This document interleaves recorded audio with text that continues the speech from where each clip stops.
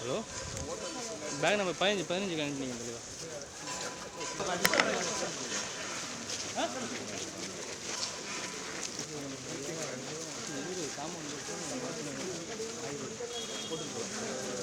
போட்டு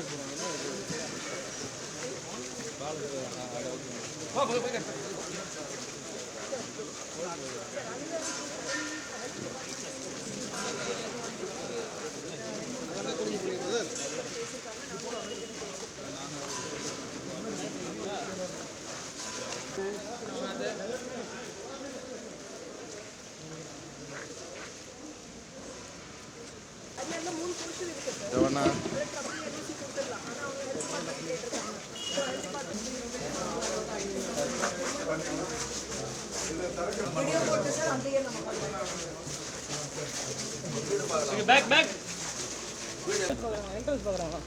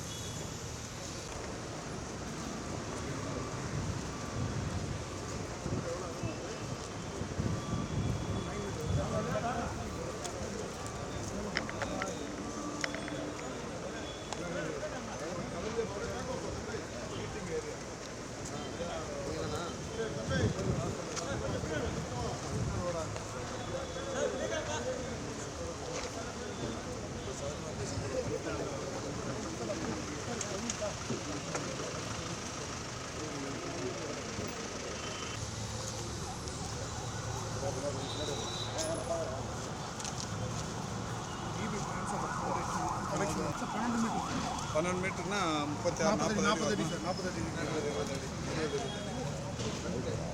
40 எடுத்துக்கலாண்ணே. 40னா எங்கே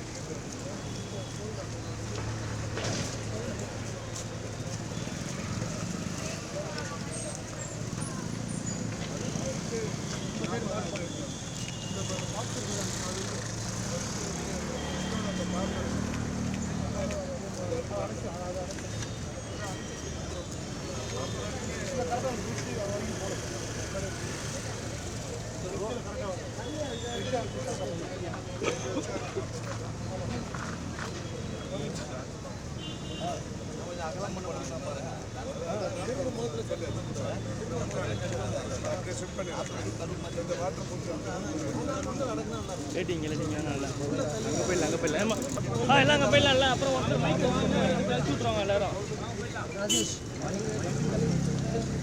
அங்கே போயிடலாம்.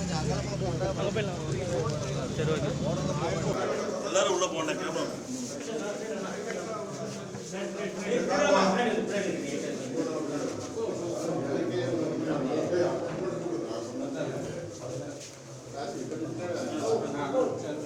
செல்போன்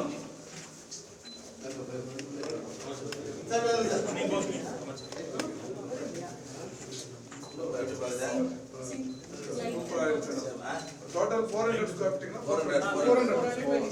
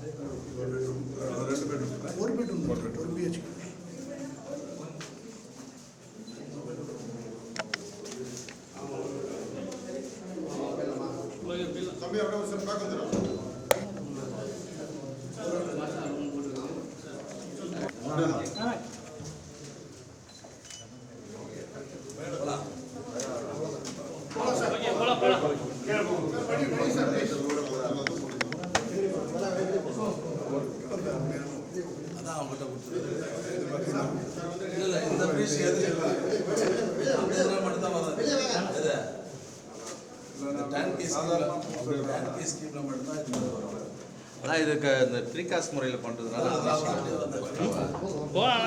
ஒருத்தர் போனால் நான் போயிடுவேன். ஒருத்தர் என்னத்தெல்லாம் மக்கள் போயிடலாம். எல்லாம் பெருசாக இருக்குப்பா அதோட மாறி மாறி இருக்கு.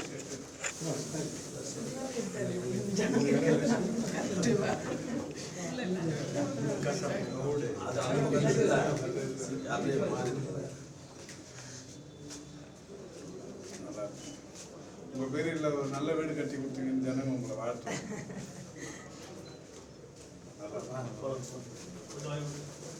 வந்து எல்லாம் பார்த்துட்டு பார்த்துட்டு போகிறாங்க.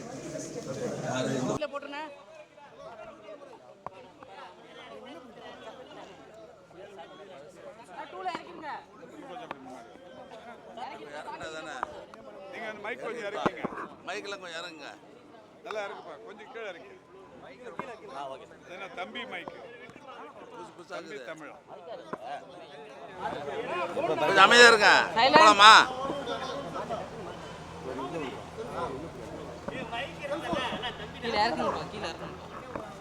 மைக்கு கீழே இருந்து எங்கள் மூஞ்சே தெரியல தெரியாது.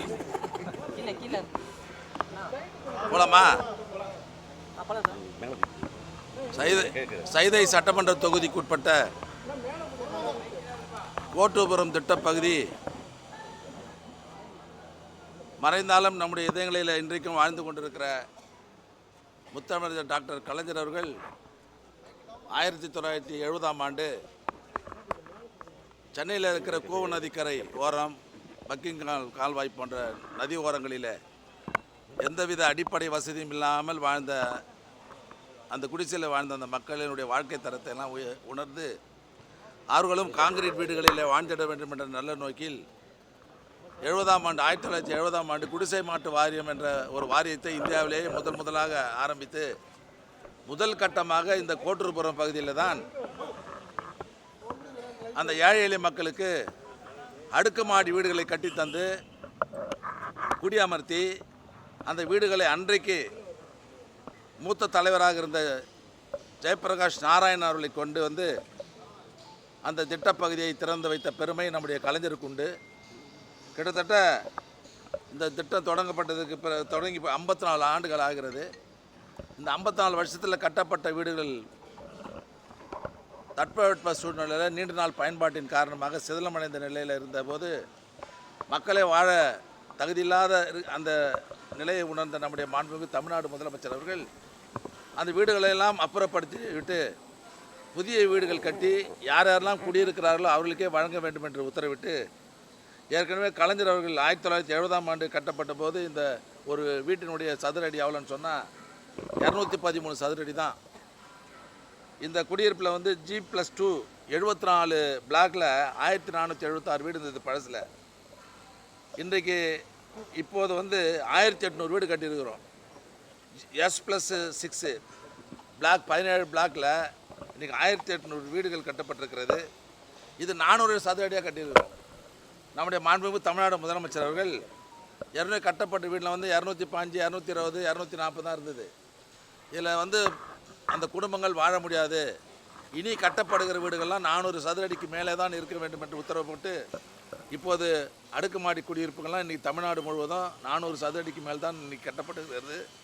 அதோடைய அடிப்படையில் தான் இன்றைக்கி அந்த 1800 வீடும் 400 சதுர அடியில் இன்றைக்கு கட்டப்பட்டு இன்றைக்கி இன்னும் ஒரு 10% வேலை இருக்குது. அதை இன்றைக்கி விரைவுபடுத்தி முடிக்க வேண்டும் என்று சொல்லியிருக்கிறோம். இந்த மாதம், அதாவது நாளைக்கு மாதம் பிறகு போது இந்த மாதம் 20ஆம் தேதிக்குள்ளாக நம்முடைய மாண்புமிகு தமிழ்நாடு முதலமைச்சருடைய திருக்கரத்தால் இந்த திட்டப்பகுதி திறக்கப்பட்டு ஏற்கனவே யார் யாரெல்லாம் இங்கே குடியிருந்தார்களோ அவர்களுக்கே அந்த வீடுகள் வழங்கப்படும் என்பதை நான் மகிழ்ச்சியோடு தெரிவித்துக்கிறேன். அது மட்டும் இல்லை, ஏற்கனவே பயனாளிகள் பங்கு அதுக்கு முன்னே 6 லட்சம் 7 லட்சம் கட்டணும்.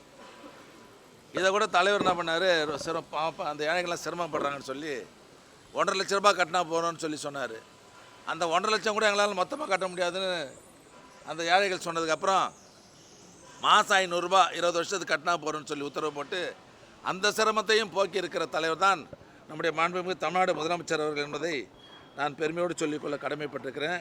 இது 2 வருஷத்தில் முடிய வேண்டிய பணி. இந்த திட்டப்பகுதி 2 மாதத்துக்கு முன்பாகவே இந்த ஒப்பந்ததாரர் சிறப்பாக கட்டி 2 மாதத்துக்கு முன்பாகவே இந்த பணியை முடித்திருக்கிறார் என்பதை நான் தெரிவித்துக் கொள்கிறேன். அது மட்டும் இல்லை, இன்றைக்கு மேலும் நம்முடைய மாண்புமிகு தமிழ்நாடு முதலமைச்சர் அவர்கள் இன்னும் ஒரு 5-6 நாட்களில் தமிழ்நாடு சென்னையில் மட்டும் 5 திட்டப்பகுதி, மற்ற மாவட்டங்களில் மொத்தம் 16 திட்டப்பகுதிகளில் 1638 கோடி ரூபாய் மதிப்பில் 9696 வீடுகள் இப்போது திறந்து வைக்க இருக்கிறார்கள் என்பதை நான் தெரிவித்துக் கொள்கிறேன். இன்றைக்கு இந்த வாரியத்தின் மூலமாக தமிழ்நாடு முழுவதும் தலைவர் அவர்கள் 1970ஆம் ஆண்டு தொடங்கப்பட்டதுக்கு பிறகு சென்னையில் மட்டும் 1,36,946 குடும்பங்கள் இருக்கிறாங்க, அடுக்குமாடி குடியிருப்புகள். மற்ற மாவட்டங்களில் 96,836 குடியிருப்புகள் இருக்கிறது. ஆக மொத்தம் 489 திட்டப்பகுதிகளில் 2,33,782 குடியிருப்புகளை நம்முடைய வாரியத்தால் இன்றைக்கு நாங்கள் பராமரித்து வருகிறோம். இதில் இன்னொரு வேடிக்கை நான் சொன்னால், இந்த அடுக்குமாடி குடியிருப்பை 2014, 2021 தான் ஸ்கீமே வந்தது. இப்போது அதிமுக ஆட்சியில் 6 வருஷம் அதிமுக ஆட்சியில் 27,668 வீடு தான் கட்டினாங்க. இன்றைக்கி திராவிட முன்னேற்ற கழக ஆட்சியில் இந்த 5 வருஷத்தில் 55,039 குடியிருப்புகள் கட்டப்பட்டு, இதில் போன ஆட்சியில் 6,417 வீடு தான் ஏழைங்களுக்கு கொடுத்தாங்க. ஆனால் திமுக ஆட்சி நம்முடைய மாண்புமிகு தமிழ்நாடு முதலமைச்சர் அவர்கள் இந்த 5 வருஷத்தில் 60,493 ஏழைகளுக்கு அந்த வீடுகள்லாம் ஒதுக்கி அந்த மக்களுடைய வாழ்வாதாரத்தை உயர்த்தி இருக்கிற ஆட்சி திமுக ஆட்சி என்பதை நான் பெருமையோடு சொல்ல விரும்புகிறேன். ஆக இது 20ஆம் தேதி முழுவதுமாக இன்றைக்கி இப்போ எப்படி பார்த்துருப்பீங்க ரோடெலாம் எப்படி இருக்குதுன்னு சொல்லிட்டு, குடியிருப்பு திறக்கும் போதும் வரப்போகிறீங்க நீங்கள் தான். அப்போ பிரமிக்க தக்க அளவில் இந்த குடியிருப்பு சென்னை மாநகரத்திலே இது மிக அழகாக இந்த குடியிருப்பு அமையும் என்பதை நான் பெருமையோடு தெரிவித்துக் கொள்கிறேன். சார், நீங்கள் பல திட்டங்கள் செயல்படுத்தி இருக்கீங்க அப்படின்னு சொல்கிறீங்க. ஆனால் நேற்று பேசும்பொழுது கூட எதிர்க்கட்சி தலைவர் அவர்கள் ஊழலில் கழிந்திருக்கிறது ஒவ்வொரு துறையும் குற்றச்சாட்டு வைக்கிறாரு. அவர் சொல்கிறாரு, அவங்க ஊழல் பண்ணி ஜெயிலுக்கு போயிட்டு வந்தவங்க தான் அவங்க. 100 கோடி ரூபா ஃபைன் கட்டினாங்க, ஜெயிலுக்கு 4 வருஷம் இருந்துட்டு வந்தாங்க. அவரு எங்களை பற்றி சொல்கிறாரு. வேறு சார், நேற்று நீங்கள் சொன்ன ஒரு விஷயம் அண்ணாமலை போன்றவர்களாம் நீங்கள் கொச்சப்படுத்துறீங்க, அரசு போராடக்கூடிய ஊழியர்கள் அப்படின்னு சொல்லி அறிக்கையெல்லாம் இல்லை, அது கொச்சைப்படுத்துறதுன்னு அவர் நினச்சிக்கிறாரு. அரசு ஊழியர்களான போராட்டத்தை நான் சொல்லலை. தற்காலிக பணி நியமனங்கள் என்பது ஒரு 11 மாதத்துக்கு வேலைக்கு வரோம் அப்படிங்கிற மாதிரி வருது. அந்த மாதிரி வந்தவங்களுக்கான வாய்ப்பு 11 மாதம்தான் இருப்பாங்க. அதுக்கப்புறம் எக்ஸ்டெண்ட் ஆகுன்னா 1 நாள் 2 நாள் லீவ் விட்டுட்டு திரும்ப வருவாங்க. இவங்க வேலையில் சேர்றப்ப கம்யூனிவல் ரொட்டேஷன், சர்டிஃபிகேட் வெரிஃபிகேஷன் இது மாதிரி எதுவுமே இருக்காது. அந்த மாதிரி வந்தவங்களை நிரந்தரப்படுத்தவும் முடியாது எந்த அரசாங்கத்தாலையும். தமிழ்நாடு அரசாங்கம் மட்டும் இல்லை, இந்தியாவில் இருக்கிற 36 மாநில அரசாங்கங்களும் நிரந்தரப்படுத்த முடியாது. அண்ணாமலை எங்கேயாவது பண்ணியிருக்கிறாங்களான்னு ஆதாரத்தோடு கேட்டுங்க. நீங்களே நிரந்தரப்படுத்த முடியாது. நிரந்தரப்படுத்தினா கோர்ட்டு தலையிடும். கோர்ட்டு என்ன சொல்லணும்னா, கம்யூனிவல் ரொட்டேஷன் இல்லாமல் எந்த அரசு பணியாளரையும் நிரந்தரப்படுத்தக்கூடாதுன்னு சொல்லுவாங்க. இந்த நிலையில் இதை தெரிந்து கொண்டே போராட்டம்ங்கிறது ஒரு சிலர் தூண்டிவிட்டு நடத்தப்படுகிற போராட்டம், அரசு ஊழியர் போராட்டத்தை அல்ல. இன்னொன்று அந்த ஊழியர் சங்கங்களையும் அல்ல, ஒரு தனிநபர்களுடைய தூண்டுதல்ங்கிறது ஏற்கனவே இருக்குன்னு நான் ஏற்கனவே கூட சொல்லியிருக்கிறேன். பெங்களூரை சேர்ந்த ஒருவர் இங்கே இருக்கிற VHN போராட்டத்தை தூண்டி விட்டார். அவர் பேரில் நாங்கள் கேஸை கொடுத்துருக்குறோம், ரிப்போர்ட் பண்ணியிருக்கிறோம். இந்த மாதிரியான சூழ்நிலையில் இந்த தனிநபர் தூண்டுதல்களை மக்கள் ஏற்றுக்கக்கூடாது, அது ஊழியர்கள் ஏற்றுக்கக்கூடாது. இன்னும் போராட்டங்கள் என்பது இயல்பாக நடக்கணும். தேர்தல் நடக்க போகிற நேரத்தில் அரசுக்கு அழுத்தம் கொடுக்குற வகையிலான இந்த மாதிரியான தூண்டி விடுகிற போராட்டங்கள் குறைக்கப்பட வேண்டும் என்கின்ற நோக்கத்தில் சொல்லப்பட்டதே தவிர போராட்டங்களையே கொச்சைப்படுத்துறதுங்கிறது திமுக அரசின் நோக்கமல்ல.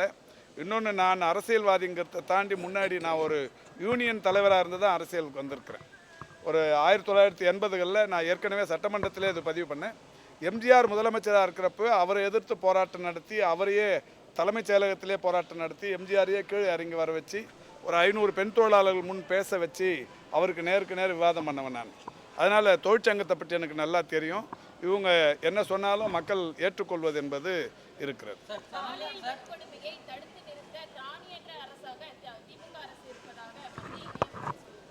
என்னங்க?